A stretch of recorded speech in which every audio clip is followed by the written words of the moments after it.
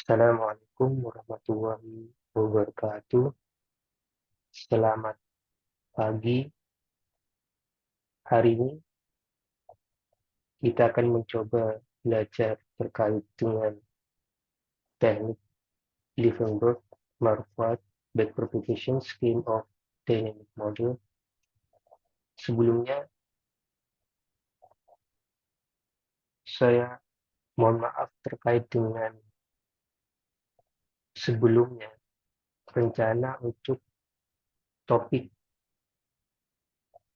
terkait dengan materi yang akan saya sampaikan itu terkait dengan Bayesian regularization backpropagation network pada suatu model dinamik yang fraksional.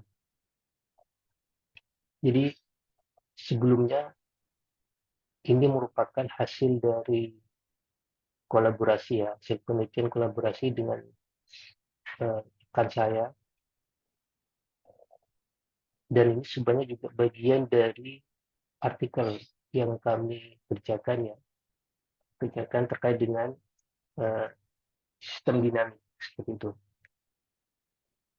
Nah, kemarin kami sudah mencoba ya menggunakan Bayesian regularization backpropagation, namun di situ hasilnya masih kurang bagus ya terkait dengan hasil dari optimasi ya antara model yang kami bangun dengan salah satu metode neural network seperti itu. Makanya di sini kami memutuskan untuk menggunakan Lieffenberg-Marquardt backpropagation. Dan kemudian juga sebenarnya juga terkait dengan fractional order itu ya, itu juga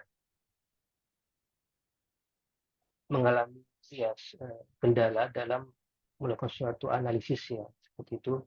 Jadi untuk sementara untuk pertemuan hari ini kami menggunakan dynamic model yang biasa seperti itu. Sebenarnya bedanya dengan fractional order dynamic model dengan dynamic model sendiri itu hanya terdapat untuk kasus seperti ini ya, misalkan ada fungsi fx sama dengan x kuadrat ya. Nah ini kalau teman-teman mencari suatu turunan ya terhadap x di sini itu seperti ini, itu menghasilkan 2x di sini. Nah, namun di kasus fractional order itu seperti ini turunannya, d alpha dx alpha ya. Nah ini tidak sama dengan 2x ya, seperti halnya uh, dynamic model pada umumnya ya. Tapi di sini alpha itu berderajat antara 0 dan 1 seperti itu. Makanya di sini bilangan dari alpha itu berupa fraksional di antara 0 dan 1. Makanya disebut dengan fractional order dynamic model.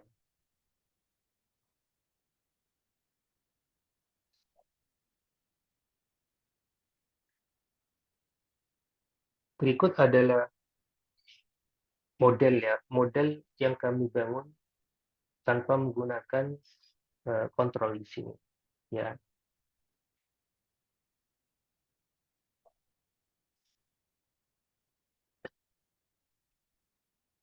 Di mana di dalam model ini itu terdiri dari ada 4 komponen di sini ya. Yang saya lingkar ini ada bagian yang ini S merupakan individu yang susceptible yang merupakan individu yang rentan ya, jadi ada kemungkinan dia itu terinfeksi gitu ya. Kemudian ada individu yang terinfeksi di sini ya. Jadi individu individu yang rentan dengan terinfeksi itu terjadi suatu interaksi. Nah, terkait dengan hubungan interaksi itu disebutkan dengan arah panah di sini interaksi. Kemudian dari I ke Q ini itu bisa menjadi individu yang awalnya terinfeksi itu berubah menjadi masa karantina. Jadi individu yang dikarantina di sini itu Q itu di bahasa Inggrisnya itu quarantine gitu. Jadi individu yang dikarantina seperti itu. Kemudian R yang ada di sini itu merupakan individu yang sembuh seperti itu. Nah, di sini dapat kita lihat bahwa antara I dan Q di sini, ya, antara I dan Q di sini itu ada anak panah ya yang masuk menuju ke sembuh, bagian yang sembuh. Artinya ada kemungkinan individu yang terinfeksi yang bagian sini itu bisa langsung mengalami sembuh. Ya, kemungkinan itu karena imunitas dalam tubuh yang bagus seperti itu bisa menjadi kemungkinan. Atau juga setelah mengalami masa karantina dia mengalami sembuh di sini. Ya. Di mana V ya, jadi satu tadi V dan R di sini. V ini merupakan rate atau laju ya dari individu yang dari masa karantina ke masa yang sembuh tersebut.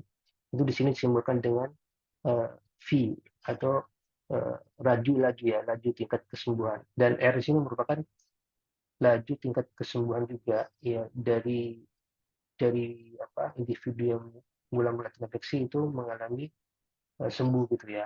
Itu ke R ini. Itu. Nah, di sini ada juga lambda di sini ya. Lambda. Lambda ini merupakan kalau diibaratkan itu jumlah ini ya. Kalau di PPT ini tuh disebut dengan the birth rate ya, laju kelahiran. Jadi di sini sebenarnya kalau diibaratkan itu seperti jumlah penduduk ya, jumlah penduduk dalam suatu daerah gitu ya, atau mungkin dalam cakupan yang besar itu di wilayah Indonesia juga bisa seperti itu. Yang mengalami rentan di sini tuh ada kemungkinan dia untuk terinfeksi gitu ya. Jadi terkait dengan lambda ini. Kemudian di masing-masing bagian ini S, I, ya, Q dan R di sini itu ada parameter mu di sini, ya. Di mana mu ini merupakan kematian alami, ya kematian yang ya tanpa ada faktor pengaruh dari virus itu sendiri ya. Dalam hal ini di sini disebut dengan COVID-19 seperti itu. Tapi ini merupakan kematian alami. Kemudian yang D ini di bagian I dan Q ini merupakan kematian yang diakibatkan oleh virus. Dalam hal ini virus COVID-19 seperti itu.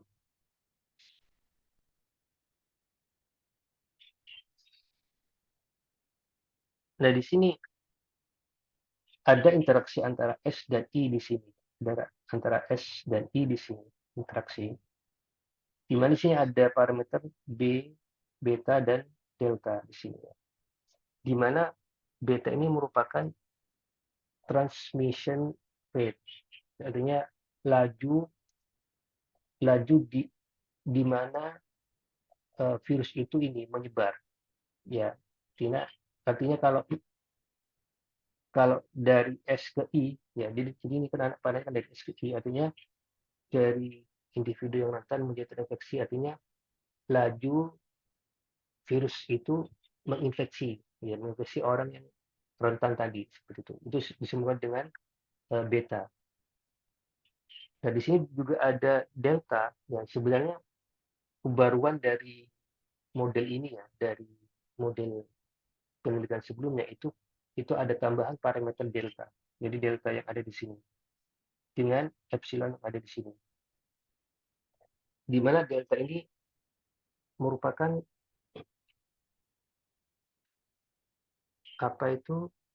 parameter lockdown dan epsilon yang ada di sini itu merupakan parameter isolasi seperti itu. Ya. Nah, di sini nilai lockdown delta ini itu berkisar antara 0 dan 1 ya, di mana 0 itu menandakan bahwa bahwa jadi sebenarnya ada kelanjutannya ya.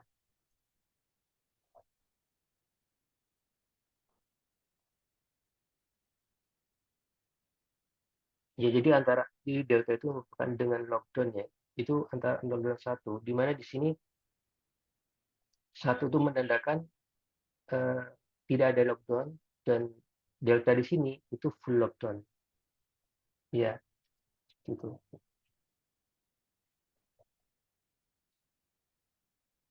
Kalau kita kaitkan nilai delta yang tadi ya, delta kan antara antara 0 dan 1, di mana kalau delta di sini 1 itu tidak ada ini ya, tidak ada no lockdown ya. Kalau delta sama dengan 0 itu full lockdown ya. Nah, kalau misalkan kita kaitkan antara diagram ini ya dengan persamaan yang ada di sini ya. Kalau misalkan deltanya itu kita sama dengan 0 ya, artinya nilai yang ada di sini itu akan juga bernilai 0 ya, juga nilai di sini diakibatkan nilai delta yang sama dengan 0 itu indikasi terkait dengan full lockdown. Jadi lockdown yang benar-benar penuh gitu ya.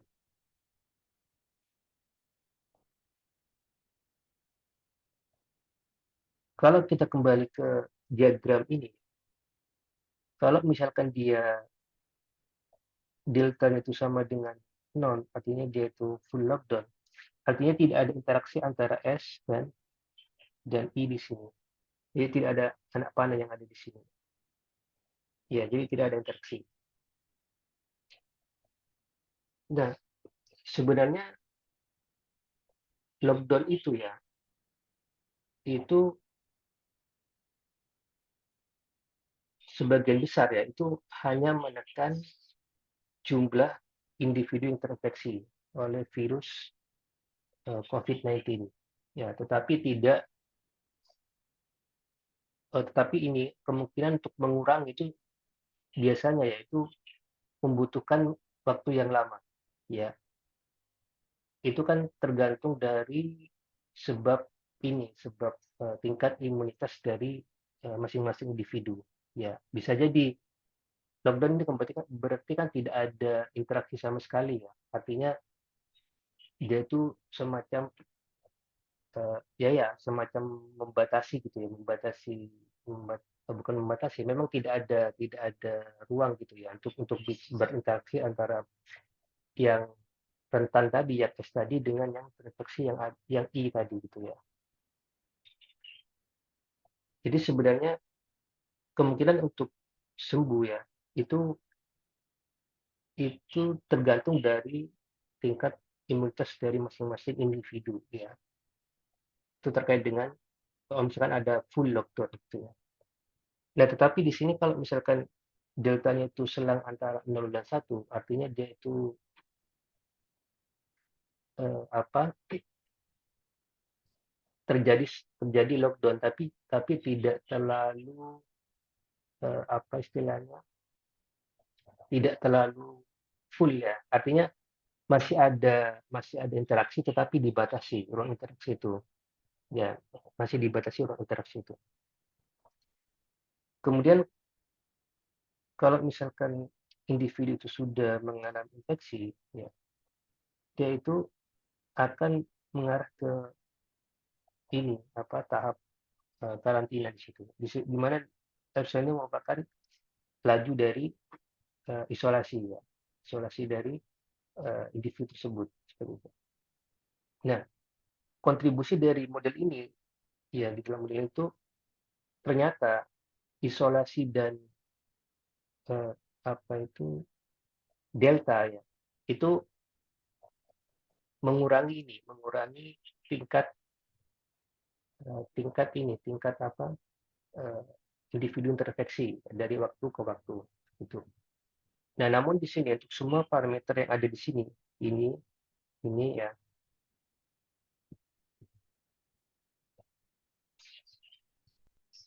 ya, itu nilainya itu fix, jadi ditetapkan. Jadi dari waktu ke waktu dia itu hanya menggunakan satu parameter ini, ya.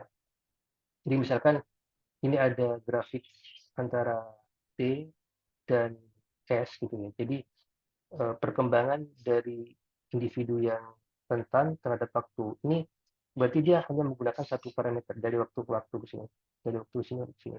Atau juga bisa juga hubungan antara waktu dan yang terinfeksi dari waktu ke waktu itu parameternya sama untuk sepanjang waktu seperti itu. Nah, namun terkadang ya model tersebut itu ya menghasilkan nilai ini ya hasil hasil plotting yang bagus ya, tapi ada suatu strategi ya, ada suatu strategi di mana model ini itu bisa lebih baik dari model yang ada di without control di sini, jadi tanpa kontrol.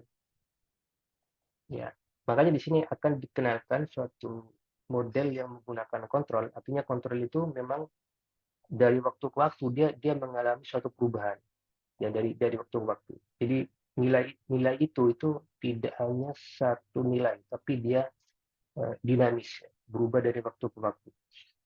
Ya.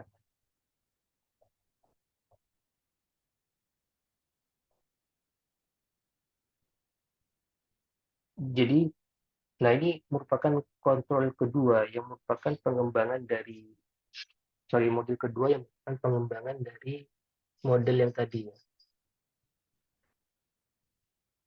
Di mana di bagian ini ya, ini ini ada suatu kontrol U1 dan U2 di sini ya terkait kontrol.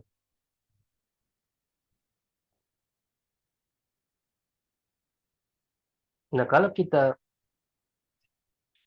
bandingkan ya, di mana U1 ini merupakan kontrol untuk vaksinasi ya, dan U2 ini merupakan kontrol untuk social distancing gitu ya. Nah, sebenarnya kan tadi di bagian U2 ini terkait dengan social distancing ya. Jadi U2 ini itu bergerak, dia itu dinamis ya. Jadi mengalami perubahan. Bisa gini gitu ya, dari waktu ke waktu dia. Jadi U2. U2 ini berubah berubah seiring berjalannya waktu. Ya. Jadi bersifat dinamis di sini. U1 juga seperti itu ya.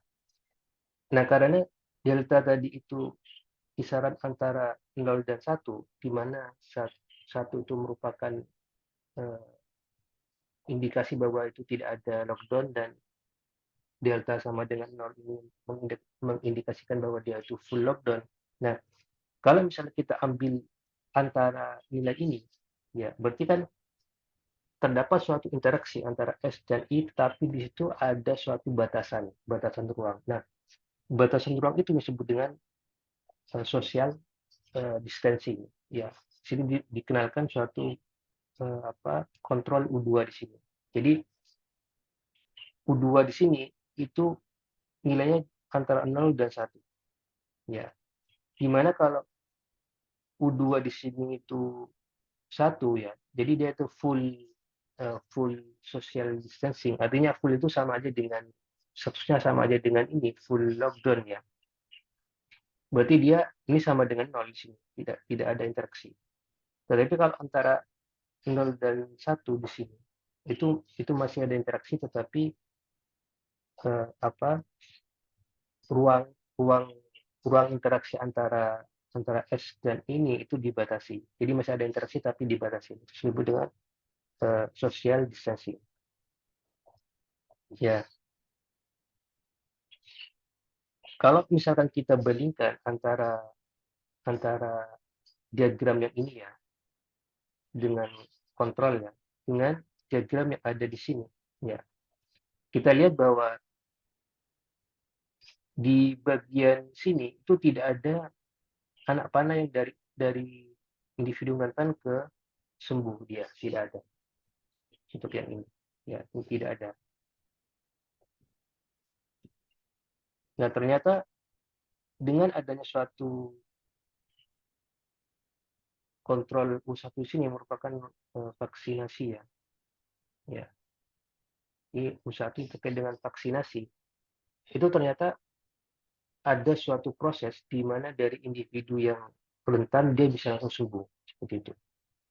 Ya, jadi di samping individu memiliki imunitas ya, kemudian ditambah lagi dengan vaksinasi, maka istilahnya itu kita itu membuat sebuah tameng gitu ya, tameng. Jadi semakin kuat tameng yang kita bangun itu akan semakin susah virus yang masuk ke kita. Jadi kita itu membuat suatu tameng gitu ya terhadap diri kita.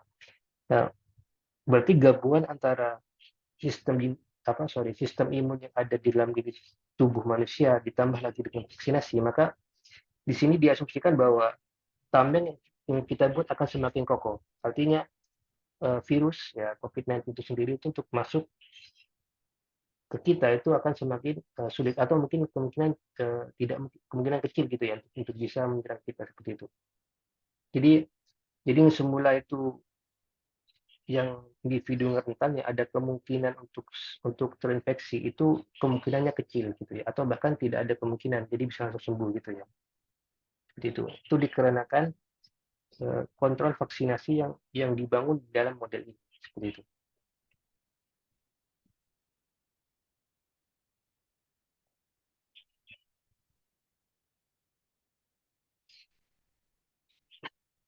Nah, ini merupakan persamaan ya. Jadi sebenarnya hal yang bagian yang berbeda itu bagian sini ya. Kemudian bagian ini dengan model sebelumnya seperti itu. Jadi adanya suatu kontrol di sini. Yang pertama itu kontrol terhadap eh, vaksinasi ya U1 dan kontrol terhadap social distancing atau U2.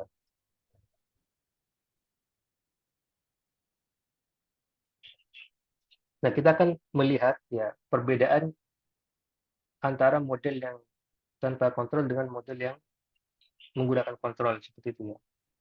Jadi sebenarnya dari hasil eh, model yang kami bangun yang menggunakan kontrol itu menghasilkan suatu nilai yang lebih bagus daripada yang tanpa kontrol. Artinya jumlah individu terinfeksi itu semakin menurun. Ya, artinya itu yang kalau misalkan ada grafik gitu ya, ada grafik yang mulai seperti ini grafiknya, itu kalau ada kontrol itu dia semakin melandai, gitu ya.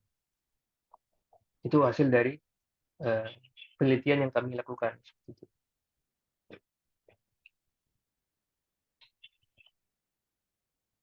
Nah, di dalam membangun sebuah kontrol ya, itu ada istilahnya fungsi objektif ya. Jadi ini saya rasa terkait dengan teknik optimasi ya, teknik optimasi di sini ya terkait dengan kontrol cost ya, di mana tujuan di situ untuk meminimumkan ya, meminimumkan baik itu individu ya, jumlah individu yang ini yang terinfeksi ya, juga meminimumkan A1 dan A2 di sini ya. Nah, di mana di sini A1 A2 itu terkait dengan cost factor ya.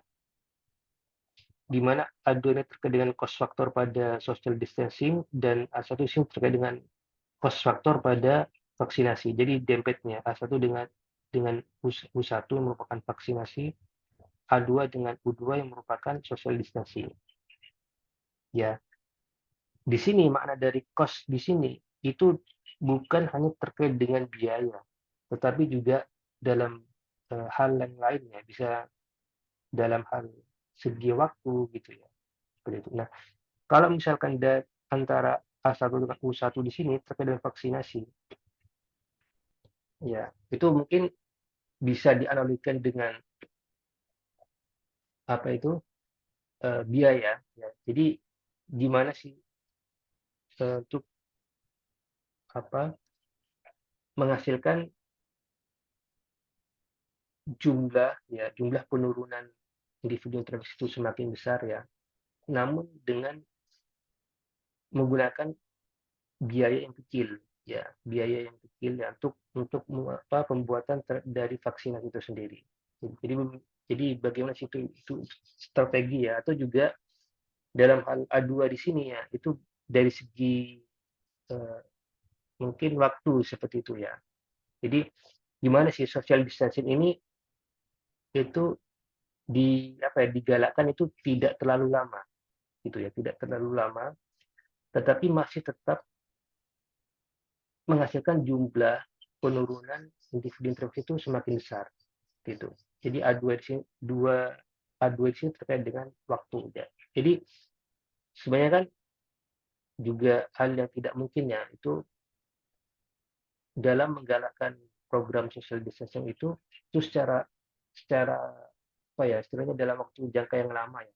Itu kan itu juga hal yang harapannya kan juga hal eh, yang bukan menjadi harapan gitu ya bagi kita semua ya. Jadi bagaimana sebenarnya program social distancing ini itu jangan sampai ini ya berlarut-larut gitu ya. Jadi anggapannya itu agar supaya jumlah individu yang terinfeksi ini bisa segera menurun gitu ya, seperti itu. Ini juga ada suatu, saya ulang lagi, ada suatu nilai yang diminimalkan yaitu terkait dengan jumlah yang terinfeksi, kemudian terkait dengan biaya vaksinasi, atau juga bisa juga dengan waktu social distancing yang sedang dicanangkan oleh suatu pemerintah gitu ya. Jadi harapnya tidak tidak terlalu berlama-lama ya terkait dengan program social distancing ini.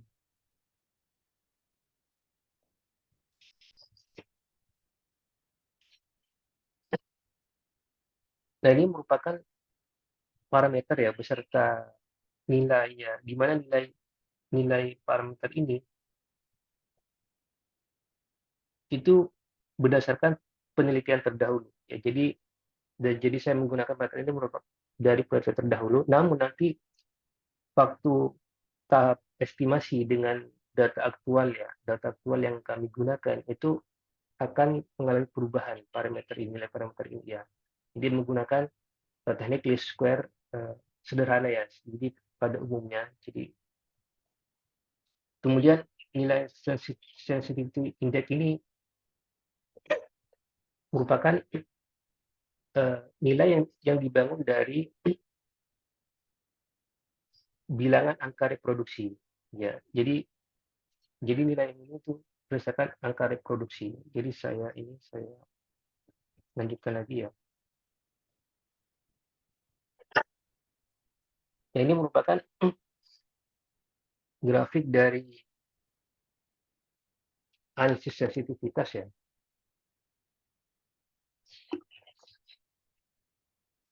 Di mana di sini nilai dari indeks sensitivitas ini itu berdasarkan dari turunan dari R0. Ya, di mana R0 ini merupakan angka reproduksi ini ya, dasar gitu ya. Nah, angka reproduksi dasar itu seperti ini dia, diformulakan seperti ini, angka reproduksi dasar ya. Di mana angka reproduksi dasar ini menentukan seberapa efektif ya virus tersebut itu eh, menularkan ke orang-orang yang rentan tadi ya. Jadi sebenarnya di sini ada dua kondisi untuk R0 atau disebut dengan angka reproduksi dasar ya. Kalau misalkan dia R0 itu kurang dari satu ya, maka infeksi itu akan berhenti ya dalam jangka yang lama ya. Artinya tingkat virus tersebut untuk mentransmisikan ya, jadi menularkan ke ke apa ke individu yang rentan tadi itu kemungkinan itu kecil gitu ya, seperti itu. Namun jika R0 itu lebih besar dari satu, itu tingkat transmisinya ya pada suatu populasi itu akan semakin besar. Artinya virus untuk bisa menularkan ke individu yang rentan tadi, yang S tadi itu, yang susceptible, itu akan kemungkinannya itu akan semakin besar seperti itu ya. Itu terkait dengan angka reproduksi dasar. Sebenarnya nilai dari grafik ini ya itu diperoleh dari hasil turunan dari angka reproduksi dasar ya, atau R0 gitu ya. Dimana di sini maksud dari apa grafik dari sensitivitas analisis ini itu terkait dengan seberapa berpengaruh sih ya semua parameter yang ada di sini terhadap suatu model ya. Dimana nilai terbesar dari sensitivitas ini itu bernilai 1 di sini ya. Jadi nilainya antara -1 dan 1 di sini ya. Untuk semua parameter di sini. Ini parameter ya. Jadi sebenarnya ini ingin mengetahui seberapa besar ya, seberapa kuat parameter tersebut pada model yang kita bangun seperti itu. Jadi terkait dengan analisis sensitivitas. Ya, jadi bisa dilihat melalui ini, melalui diagram ini ya, diagram dari sensitivitas analisis.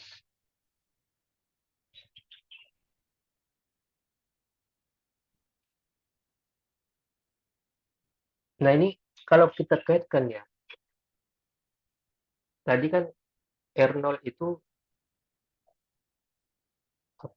menunjukkan dari tingkat transmisi ya dari suatu virus. Artinya tingkat eh, kemampuan virus untuk menyebarkan itu ditentukan oleh angka reproduksi dasar tadi.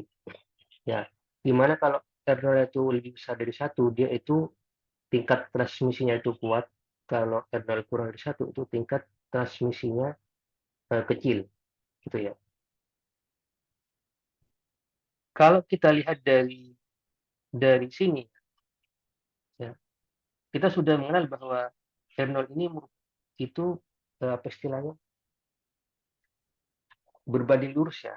Jadi R0 kalau kita lihat dari sini ya, R0 itu berbanding lurus dengan apa eh, beta ya. Kemudian R0 ini itu berbanding terbalik dengan epsilon. Ya, gimana kita tahu bahwa beta tadi itu merupakan tingkat transmisi ya dari susceptible ke kalau kita lihat ya beta di sini. Ya, di bagian sini itu tingkat transmisi ya dari tahap susceptible ke infected. Jadi ada tahap transmisi di sini itu beta. Artinya beta ini sangat mempengaruhi nilai dari R0. Artinya semakin besar nilai beta, maka R0 itu semakin besar. Artinya ada kemungkinan dia lebih besar dari 1, seperti itu. Tapi kalau epsilon di sini itu berbanding terbalik dengan R0, ya, di mana epsilon ini terkait dengan isolasi. Ya, artinya semakin besar tingkat isolasi ya, itu akan memperkecil nilai R0. Artinya ada kemungkinan R0 itu kurang dari 1. Ya, artinya dia itu sebenarnya epsilon ini itu sebenarnya menghambat transmisi dari suatu virus. Tetapi kalau beta di sini itu apa istilahnya bukan menghambat ya, tapi mendukung transmisi dari suatu virus itu semakin meningkat seperti itu.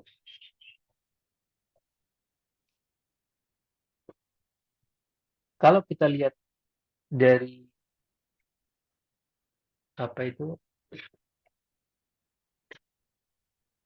dari kedua grafik ini ya, kita lihat bahwa semakin besar laju infeksi ini, ya. Jadi semakin besar itu kan arahnya ke sana, ya. Maka akan semakin besar juga jumlah bilangan reproduksi. Jadi dia akan semakin meningkat seperti ini. ya.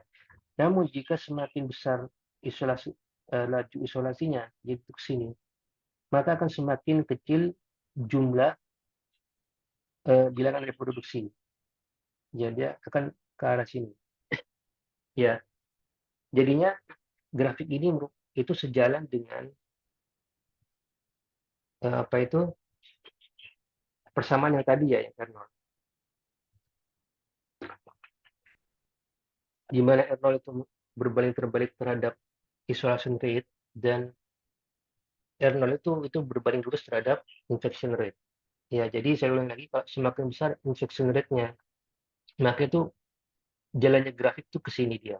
Akan semakin meningkat eh, bilangan reproduksi. Artinya ada kemungkinan R0 itu lebih besar dari 1. Ya, untuk yang bagian ini ya. Tetapi kalau semakin besar isolation rate-nya ini, ya tingkat isolasinya itu akan semakin menurun ke sini. Artinya ada kemungkinan R0-nya itu kurang dari 1 di sini. Ya. Nah, kalau kita lihat konturnya, grafik kontur yang ada di sebelah kanan di sini, ya, di mana semakin ke atas nilai ini akan semakin besar ya. Ya, jadi warna merah ini menunjukkan angka 10, artinya eh, ya memang benar-benar tinggi ya apa terkait dengan angka reproduksi dasarnya di sini. Ya. Jadi kalau ini semakin ke sini, ya ke kanan, artinya semakin besar infection rate-nya, maka dia akan mengarah ke bagian daerah warna merah sini. Artinya akan semakin tinggi angka reproduksinya. Sebaliknya, waktu isolation rate-nya itu semakin ke atas, semakin tinggi, akan mengarah ke warna yang ini, yang biru, biru pekat ini ya. Artinya akan semakin kecil ke sini, akan menurun gitu ya. Artinya angka reproduksi dasarnya kernel itu akan kurang dari 1 seperti itu. Jadi dari kedua kedua plot ini kita akan mengetahui hubungan antara angka reproduksi dasar ya R0 dengan isolation rate dan infection rate di situ.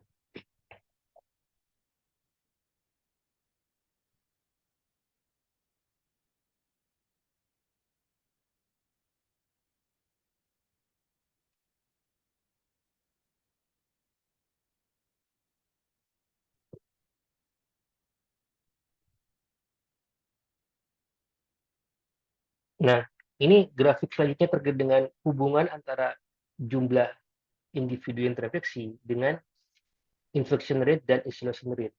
Nah, jadi di sini juga kita bisa menyimpulkannya antara kedua gambar di sini itu semakin besar infection rate-nya, maka jumlah yang terinfeksi juga semakin besar. Jadi mengarah ke uh, merah ini ya, merah merah pekat ini ya. Jadi kalau ke sana itu dia jumlah yang terinfeksinya itu makin besar, kalau ke sini dia itu jumlah yang terinfeksinya semakin kecil, gitu ya.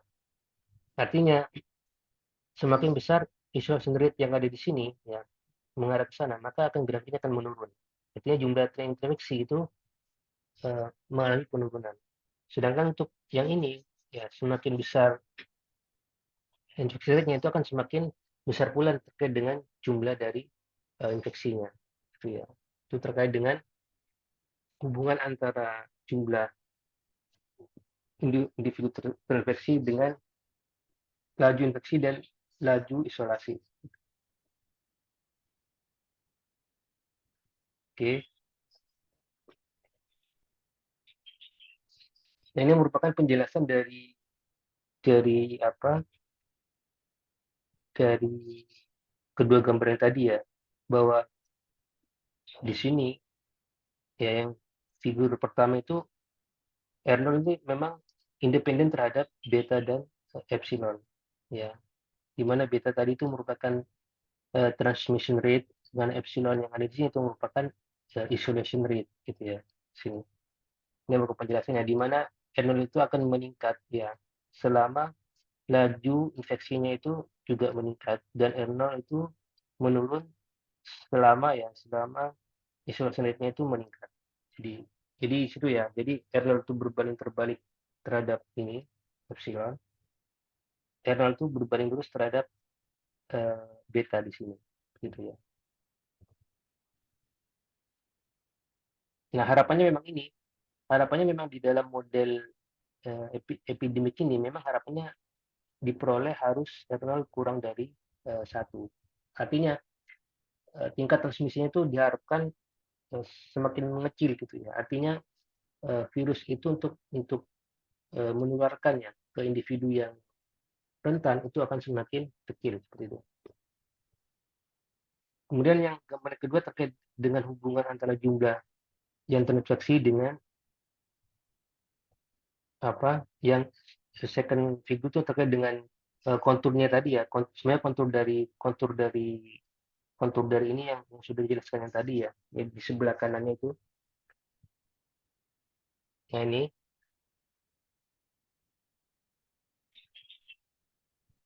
sorry, ini gambar kedua itu yang hubungan antara jumlah yang terinfeksi dengan apa itu ini laju infeksi dengan isolasi rate ya, laju isolasi. Jadi gambar kedua itu maksudnya yang ini, gitu ya.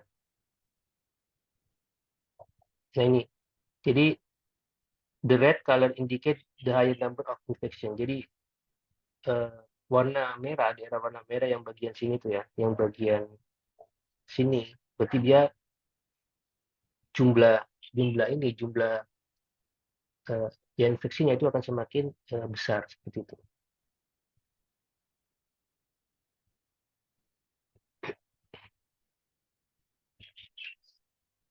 Nah ini sebenarnya di, untuk semua model terkait dengan epidemik ya, itu pasti ada istilah boundedness dan positivity ya.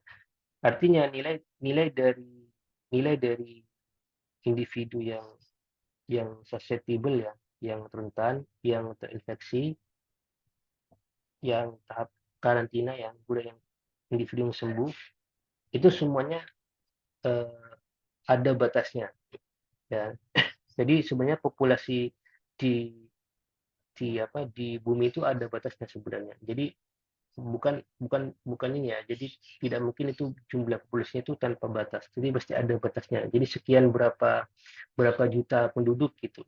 Itu atau di suatu daerah itu pasti ada batasnya. Jadi ada nilai nilai nilai kepastiannya. Jadi berapa juta gitu ya, berapa miliar gitu ya. Jadi ada kepastiannya.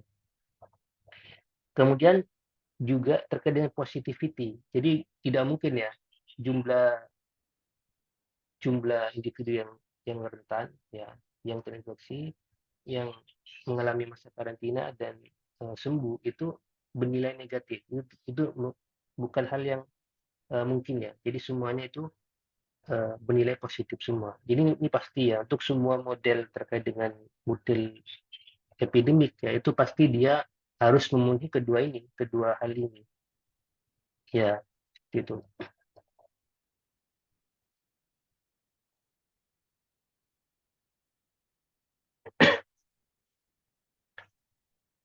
Nah, di sini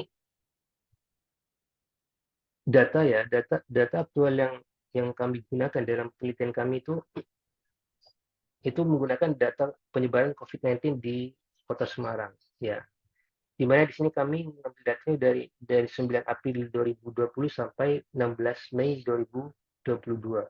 Ya, di mana di sini di tiap periode itu mesti ada apa ada peaknya. Jadi ada kondisi di mana jumlah individu itu berada di puncak gitu ya. Jadi di bagian sini, bagian sini ya, dia ini puncak tertinggi itu di bagian sini ya, di bagian sini ya. Ini masih kecil ya. Jadi puncak tertinggi itu di bagian sini. Nah, dari saya menggunakan teknik estimasi ya dari antara model yang kami bangun dengan data aktual ya di Kota Semarang ini, itu kalau misalkan saya mengestimasi ya untuk semua periode ini ya keseluruhan itu menghasilkan eh, apa itu menghasilkan suatu plot estimasi yang kurang bagus. Ya, makanya di sini kami membagi semua data ini dari 9 April 2020 sampai 16 Mei 2020 itu menjadi perbagian. Jadi kami mengambil itu tiap 150 ini ya 50 hari gitu ya. Jadi saya ambil bagian sini 150 ya. Kemudian bagian sini, kemudian bagian sini ya. Bagian sini, kemudian yang terakhir itu bagian sini. Jadi ada 1 2 bentar. 1 ya, 2 3 4 5. Jadi ada 5 ya. Jadi 1 2 3 4 5. Jadi saya mempartisi ya untuk semua data ini menjadi 5 bagian. Ya.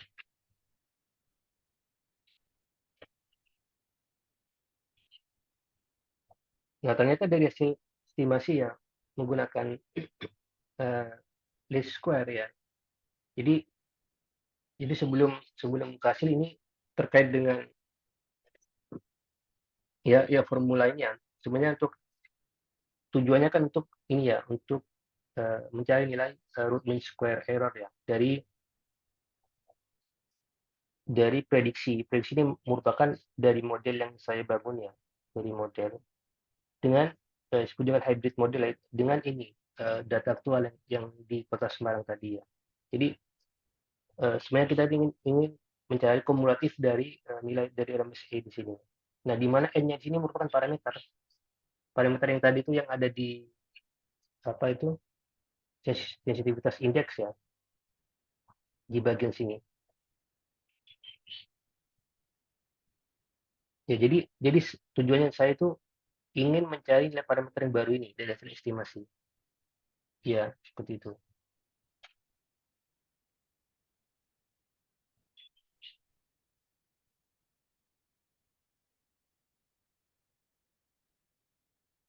Ya, di mana sini n-nya itu is the unknown parameter of our hybrid model.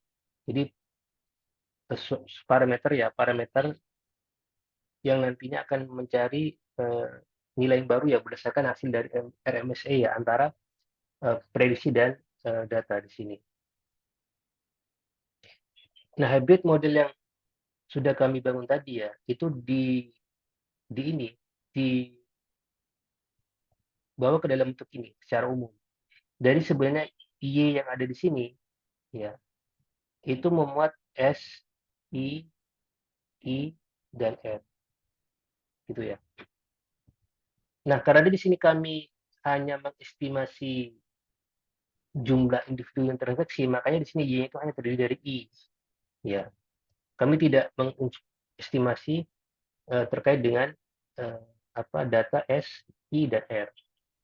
Namun dari hasil estimasi menggunakan jumlah individu yang terinfeksi ini juga berpengaruh terhadap nilai ini pada nantinya S, I, dan R. Gitu ya. Kalau digabungkan seperti itu ya. Nah, tujuan dari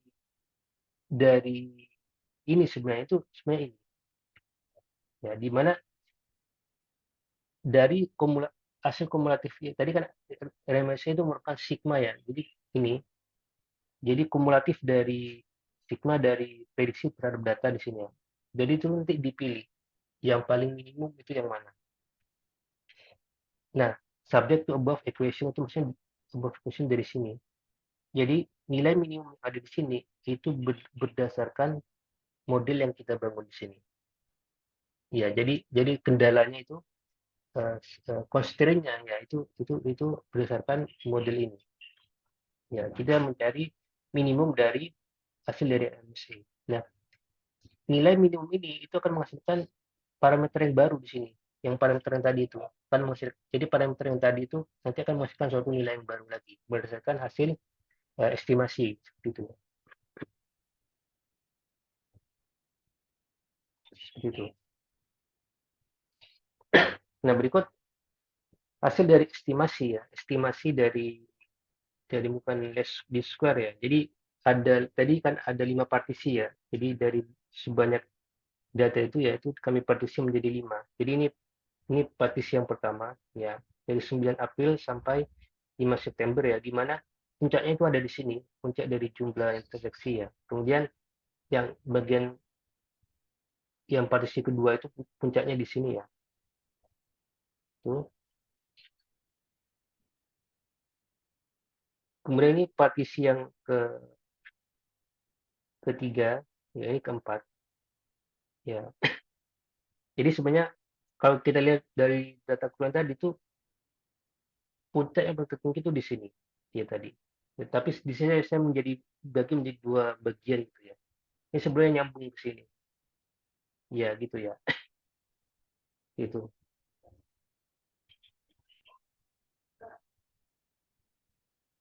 Kemudian ini partisi yang terakhir.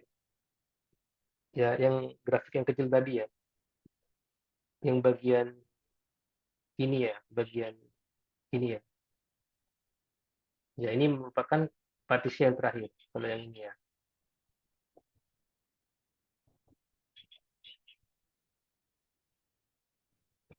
Nah, ini merupakan hasil dari estimasi ya, estimasi dari menggunakan least square yang tadi ya, teknik square, di mana sini ada first figure, second figure, third figure ya, ada fourth, fifth gitu ya. Jadi ini sebenarnya urutan ya, sini satu ya, jadi urut ya, ini satu, ini dua gitu ya, gitu. Kemudian ini tiga, ini empat dan seterusnya. Yang terakhir itu lima gitu ya. Jadi urut. Jadi diperoleh hasil estimasi seperti ini. Ya, di mana ini tadi merupakan nilai yang di awal tadi ya, sebelum diestimasi itu hasilnya itu seperti ini. Nah, itu dari estimasi.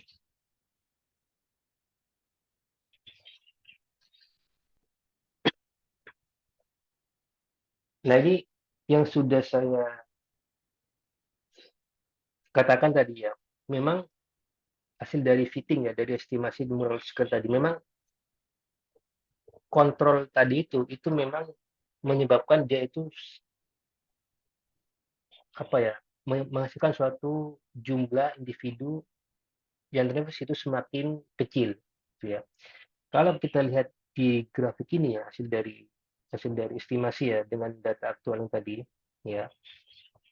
Di sini untuk yang merah ini itu yang tanpa kontrol tadi. Kalau yang biru itu menggunakan kontrol. Kontrolnya itu kan ada U1, ada U2 ya. Kalau kita hanya menggunakan kontrol U2 saja terkait dengan social distancing tadi ya, itu sudah menghasilkan grafik yang lebih landai dari yang tanpa kontrol. Yang tanpa kontrol itu yang merah ini ya, yang warna merah. Yang dengan kontrol itu yang warna biru ini. Nah, di sini kan tampak lihat bahwa warna biru ini itu lebih landai daripada yang warna merah. Nah, artinya di sini memang kontrol untuk social distancing ini memang eh, sangat mempengaruhi ya jumlah individu yang terinfeksi. Ya. Kemudian ini kalau kalau misalkan hanya satu kontrol ya, kalau misalkan gabungan antara U1 dan U2, di mana U1 ini merupakan vaksinasi dan U2 ini merupakan social distancing, di sini menghasilkan suatu grafik yang lebih landai lagi ya. Ya ini. Jadi kalau kita bandingkan yang biru ini dengan yang biru yang ada di sebelah kanan, ya itu lebih landai yang sebelah kanan. Ya.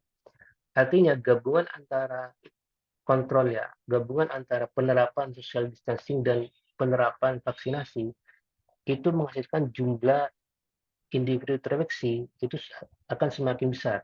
Ya, jadi tingkat penurunannya akan semakin besar di sini ya, seperti itu. Ya, jadi dapat kita simpulkan bahwa penggunaan dua kontrol di sini, satu dua itu memang efektif ya, efektif dalam mengurangi jumlah individu yang terinfeksi akibat COVID-19 seperti itu ya.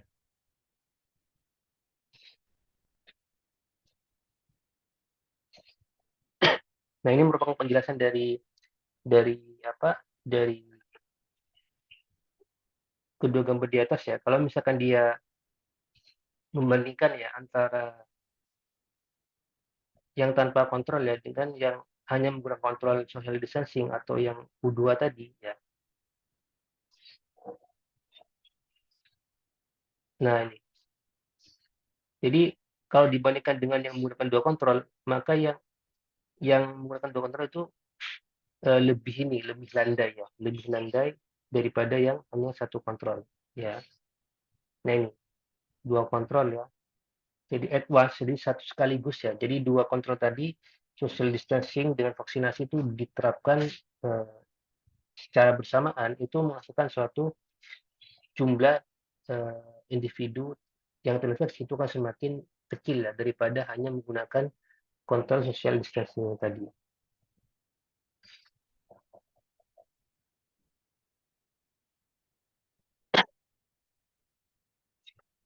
Nah ini kami juga berupaya menggunakan arsitektur neural network ya, di mana yang sebelumnya itu di kontrak perkuliahan itu menggunakan Bayesian Equalization Propagation itu belum menghasilkan suatu nilai yang optimal ya. Jadi kami di sini memutuskan untuk menggunakan apa itu fungsi trainingnya. Jadi yang standar ya bisa menggunakan Liefenberg Marquardt dan menggunakan fungsi aktivasi itu tangent sigmoid di sini ya. Jadi di sini bisa kita lihat bahwa dari struktur neural network ini, di sini ada 4 inputan ya, itu yang berupa S, I, I, dan R di sini. Ya, di mana di sini kami menggunakan dua hidden layer ya. Layer, di sini ada bobot dan bias ya. Kemudian di sini ada fungsi aktivasi, di sini menggunakan tangent sigmoid ya. Kemudian di sini untuk output itu fungsi menggunakan ini ya apa linear gitu ya dia ya. Fungsi yang linear, bukan tangent sigmoid. Dan output ini merupakan hasil dari estimasi ya. Estimasi untuk SIQF tadi yang susceptible, infected, quarantine dan recover di sini. Ya. Nah, di sini kami akan menggunakan jadi tiap hidden layer ya, itu menggunakan 50 neuron di situ. Ya, jadi di sini lumayan membutuhkan waktu yang lama ya. Uh, Training sessionnya itu lumayan ya, lumayan membutuhkan waktu. Di sini ada sebenarnya ada dua kondisi ya terkait dengan penggunaan arsitektur neural network sini. Ya, di mana sini kan kami menggunakan 50 neuron ya dari tiap hidden layer. Di sini kami menggunakan, nah ini sebenarnya hasil ya, hasil dari root mean square error dari hasil estimasi yang tadi ya. Di sini kita lihat bahwa di sini kami hanya menggunakan yang interval ringnya itu ini ya, dan ini ya, range yang untuk 9 September sampai 5 September sampai 30 November dan 16 Mei di situ. Ya. Nah, di sini sebagai contoh ya, kami sebenarnya hanya menggunakan ini. Sebenarnya bisa menggunakan range yang lain ya, seperti itu. Nah, di sini kita bisa lihat bahwa hasil dari root mean square error di sini kita lihat bahwa di sini tuh sekitar berapa ini? Kalau dijadikan 1, 2, 3, 7,4, 10 pangkat minus 5. Jadi memang menggunakan ini ya, menggunakan neural network ini yaitu memang efektif ya dalam mengestimasi ya, mengestimasi hasil dari uh, model yang sudah ini yang sudah kita bangun gitu ya. Jadi hasilnya di sini sangat signifikan ya dengan menghasilkan root mean square error yang kecil di sini. Ya. Begitu juga dengan yang range yang lain ya untuk yang 30 November 2021 sampai 16 Mei 2022. Saya juga range square itu kecil gitu ya. Jadi sangat signifikan seperti itu. Nah, ini merupakan hasil dari ini hasil dari apa istilahnya estimasi ya. Jadi menggunakan network ya, menggunakan tadi itu apa Liefenberg Marquardt dan fungsi aktivasi itu menggunakan tangent sigmoid ya. Di sini bisa kita lihat bahwa antara S yang garis ini dengan yang bulat ini ya, yang lingkaran ini, yang S kiri itu merupakan model yang kita bangun ya, yang kita bangun tadi, yang merupakan hasil dari estimasi dari menggunakan least square. Nah, kemudian dari hasil estimasi dari menggunakan least square itu kami lanjutkan menggunakan estimasi menggunakan neural network di situ. Nah, tanpa kita ketahui bahwa di sini ya antara garis yang di sini dengan yang lingkaran ini itu dia ini eh, dempet ya gitu ya. Jadi di sini kan bisa kita simpulkan ya dari hasil dari root mean square error yang tadi itu bisa kita simpulkan bahwa hasil dari estimasi ini bagus ya. Hasil estimasi itu bagus. Ya, jadi yang ini tadi untuk kedua range ya. Ini range yang pertama, ini range yang kedua ya. Begitu juga yang di sini ya. Hasil dari model estimasi menggunakan least square tadi dan dengan hasil dari menggunakan neural network tadi itu antara lingkaran dengan yang garis itu ini dempet dia ya. Jadi saling tumpang tindih. Artinya di sini juga menghasilkan suatu ini ya, suatu nilai apa? Nilai optimasi yang bagus gitu ya di sini ya. Nah, kalau kita lihat dari base validation performance-nya, kemudian dengan antara kedua range yang tadi ya, antara kedua range tadi, bahwa yang range yang kedua di sini itu membutuhkan 121 efforts ya untuk bisa mencapai suatu base validation di sini ya. Di sini bagian yang warna hijau ya sekitar ini 10 pangkat minus 8 ya. Oh, sorry, 10 pangkat minus 9 ya. Kemudian yang di sini itu sekitar 10 pangkat minus 10 di sini ya, base validation. Itu hanya menggunakan sorry untuk ya hanya memerlukan 732 efforts ya untuk mencapai base validation. Jadi ini yang range yang pertama nih range yang kedua. Ini terkait dengan validation. Ya, kalau kita lihat dari sini ya, memang ini sangat signifikan hasilnya ya. Jadi dia itu sampai mencapai 10 pangkat minus 10 base validation yang ini juga. Gitu ya. Jadi sangat signifikan sekali kalau kita lihat di sini. Kemudian dari hasil regresi juga, ya regresi juga di sini kita bisa lihat bahwa di sini juga antara antara data dengan fitting ya di sini ya. Itu memang saat ini ya on the track ya. Jadi memang di track yang ini ya dia itu tidak menyebar ke sini ya. Ya.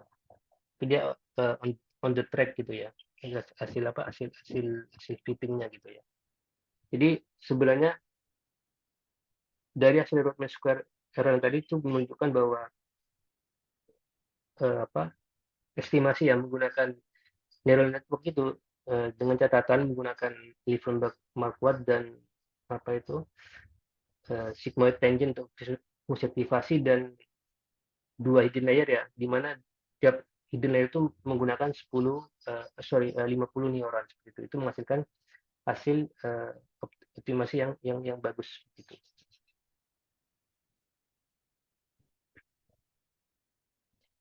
Nah, ini merupakan hasil korelasi ya, korelasi matrik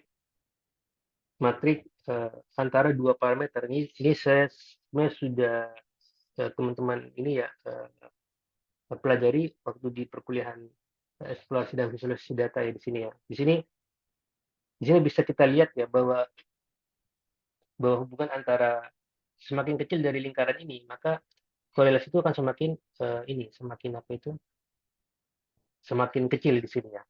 Jadi kalau semakin besar ke sana itu semakin kuat ininya apa korelasinya antar parameter gitu ya. Jadi di sini tiap range-nya itu ya tadi kan ada dari semua data kan saya bagi ya. Jadi kami bagi menjadi lima bagian. Jadi ini bagian 1, 2, kemudian ini bagian 3, 4, ini bagian yang terakhir yang 5. Ya, di sini. Ini terkait dengan correlation matrix. Nah, kemudian ya jadi ini ya. Ini interpretasi dari apa? Dari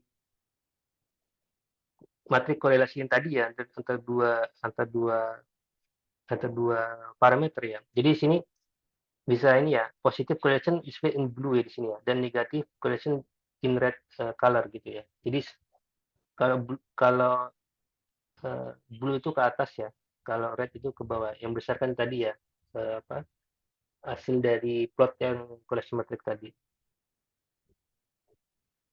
Ya, jadi semakin kecil ya ukuran dari apa itu lingkaran tadi ya, itu akan semakin kecil korelasinya antara dua parameter tersebut. Ya,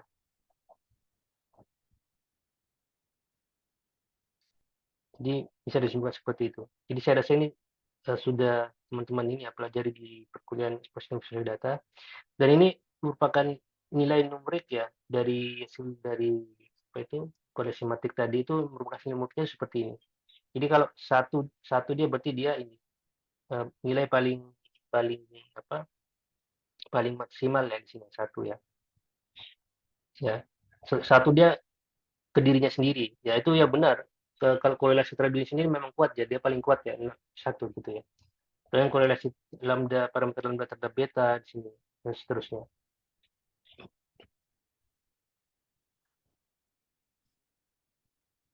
Ya, ini sebenarnya ada lima apa nilai numerik ya dari hasil korelasi berdasarkan hasil partisi yang kami gunakan tadi gitu ya, untuk semua total apa data aktual di Semarang ya, terkait dengan penyebaran COVID-19. Nah, ini merupakan, jadi di sini kami menggunakan 3 referensi ya untuk pembuatan PPT ini ya. Sebenarnya full papernya masih belum terbit ya. Ini sebenarnya PPT ini berdasarkan hasil dari apa kolaborasi ya, penelitian kami ya. Itu memang hanya fokus di bagian ini, di bagian apa kasus di Semarang gitu ya, jadi COVID-19 di kota Semarang seperti itu. Tapi tidak kemungkinan juga model yang kita bangun itu juga bisa diterapkan di wilayah yang lain seperti itu ya.